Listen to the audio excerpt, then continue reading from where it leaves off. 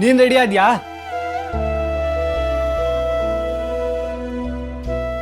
ನಿನ್ಗೆ ಕೇಳ್ತಿರೋದು, ಅದ್ಯಾಕೆ ಒಳ್ಳೆ ಶಾಕ್ ಹೊಡೆದ್ರು ಹೊಲ್ಟಾರ ಕೂತಿದ್ಯಾ? ಬರಂಗಿದ್ರೆ ಬಾ, ಬಸ್ ಸ್ಟಾಪಲ್ಲಿ ಎತ್ತಾಕ್ಬಿಟ್ಟು ಹೋಗ್ತೀನಿ. ಅಯ್ಯ, ನಿನಗೆ ಕಾಲೇಜಿಗೆ ಬರೋಕೆ ಇಂಟ್ರೆಸ್ಟ್ ಇಲ್ಲ ಅಂದರೆ ನಾನೇನು ಹೊತ್ಕೊಂಡು ಹೋಗೋಕ್ಕಾಗುತ್ತೆ? ನೀನೇನು ಎಳೆ ಮಗುನ? ಈಗೇನು ಬರ್ತೀಯೋ ಇಲ್ವೋ?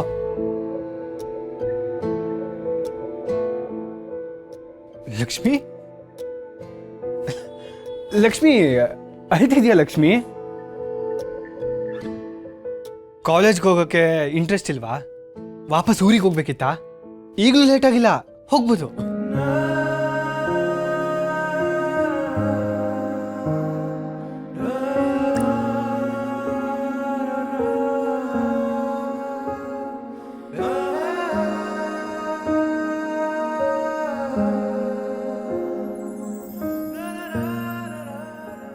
ನಿನ್ನೆ ಎಸ್ದಿದ್ದು ಉಂಗ್ರ, ಇದೇನು ಯಾಕೆ ಆಯ್ಕೊಂಡು ಬಂದೆ?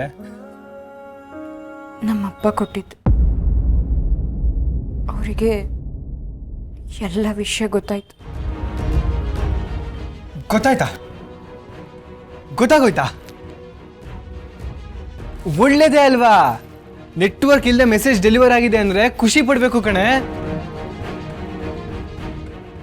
ಎಲ್ರಿಗೂ ನಿಂತರನೇ ಕಲ್ಮನ್ಸಿರಲ್ವಲ್ಲ ಆದಿ? ಸಿಕ್ಕಾಪಟ್ಟೆ ನೊಂದ್ಕೊಂಡಿರ್ತಾರೇನೋ ಅಲ್ವಾ?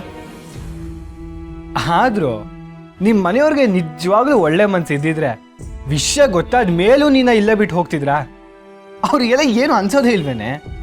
ಅವ್ರಿಗೆ ಏನು ಅನಿಸ್ತೋ ಅದನ್ನು ನನ್ನ ಹತ್ರ ಹೇಳೋದು. ನೀನು ಅರ್ಥ ಮಾಡ್ಕೋತೀಯ ಅನ್ನೋದಾಗಿದ್ದಿದ್ರೆ ನಿನ್ನ ಹತ್ರನೂ ಹೇಳೋಗ್ತಿದ್ರು.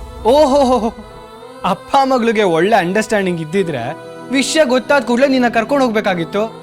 ಹೆಂಗಾದ್ರೂ ಸಾಯ್ಲಿ ಅಂತ ಯಾಕೆ ಬಿಟ್ಟು ಹೋಗ್ತಾ ಇದ್ರು? ಆದಿ, ಮಗಳು ಖುಷಿಯಾಗಿಲ್ಲ, ದಿನ ಒದ್ದಾಡ್ತಾ ಇದ್ದಾಳೆ ಅಂತ ಗೊತ್ತಿದ್ರು ನಿನ್ನ ಇಲ್ಲೇ ಬಿಟ್ಟು ಹೋಗಿದ್ದಾರೆ ಅಂದ್ರೆ ನೀನು ಅವ್ರ ಮನೇಲಿ ಇಟ್ಕೊಳ್ಳೋದು ಎಂತ ದೊಡ್ಡ ಟಾರ್ಚರು ಅಂತ ನೀನೇ ಅರ್ಥ ಮಾಡ್ಕೊ. ಬೇಡ ಆದಿ, ಏನೇನೋ ಮಾತಾಡ್ತಿದ್ಯಾ? ಯಾವುದೋ ಹಾಸ್ಟೆಲಲ್ಲಿ ಬಿಡೋ ಬದಲು ಇಲ್ಲಿ ಬಿಟ್ರೆ ಕಾಲೇಜ್ ಫೀಸು, ಬಟ್ಟೆ ಬರೆ, ಫೋನು ಇದೆಲ್ಲ ಲಕ್ಸುರಿ ಲೈಫ್ ಸಿಗುತ್ತೆ ಅಂತ ಬಿಟ್ಟು ಹೋದ್ರಾ? ನೀನ್ ಖುಷಿಗಿಂತ ಅವ್ರಿಗೆ ಖರ್ಚು ಉಳಿಸೋದೇ ಇಂಪಾರ್ಟೆಂಟ್ ಆಗೋಯ್ತೇನೆ. ಅದಿ ಸಾಕು, ನಿಲ್ಸು ಅಂದೆ. ಮಗಳು ಖುಷಿಯಾಗಿಲ್ಲ, ನೋವಲ್ಲಿದ್ದಾಳೆ, ನರ್ಕ ಅನುಭವಿಸ್ತಾ ಇದ್ದಾಳೆ ಅಂತ ಗೊತ್ತಾದ ಮೇಲೂ ಯಾವಪ್ಪ ಅಮ್ಮನೆ ಬಿಟ್ಟು ಹೋಗ್ತಾರೆ? ಅಲ್ಲ, ನನಗೊಂದು ಡೌಟು, ಅವರು ನಿಜವಾಗ್ಲೂ ನಿಮ್ಮಪ್ಪ ಅಮ್ಮನೇನಾ? ಆದಿ,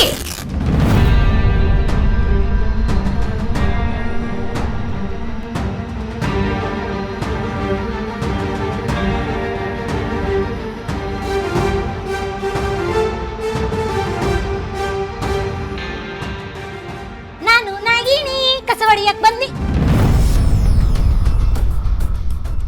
ಅದಿ, ಸಾರಿ ಅದಿ, ಬಟ್ ನೀನು ಮಾತಾಡಿದ್ದು ತಪ್ಪು ಆದಿ. ಅಯ್ಯಯ್ಯಪ್ಪ, ಲಕ್ಷ್ಮವ್ವ ಆದಿಯವ್ರ ಕೆನ್ನೆಗೆ ಹೊಡೆದ್ಬಿಟ್ಟವ್ರಲ್ಲ.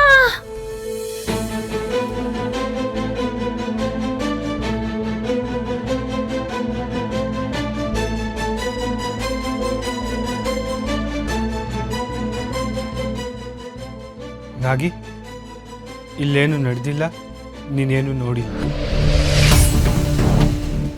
ನಾಗಿ, ನಾನು ಹೇಳಿದ್ ಕೇಳಿಸ್ತಾ?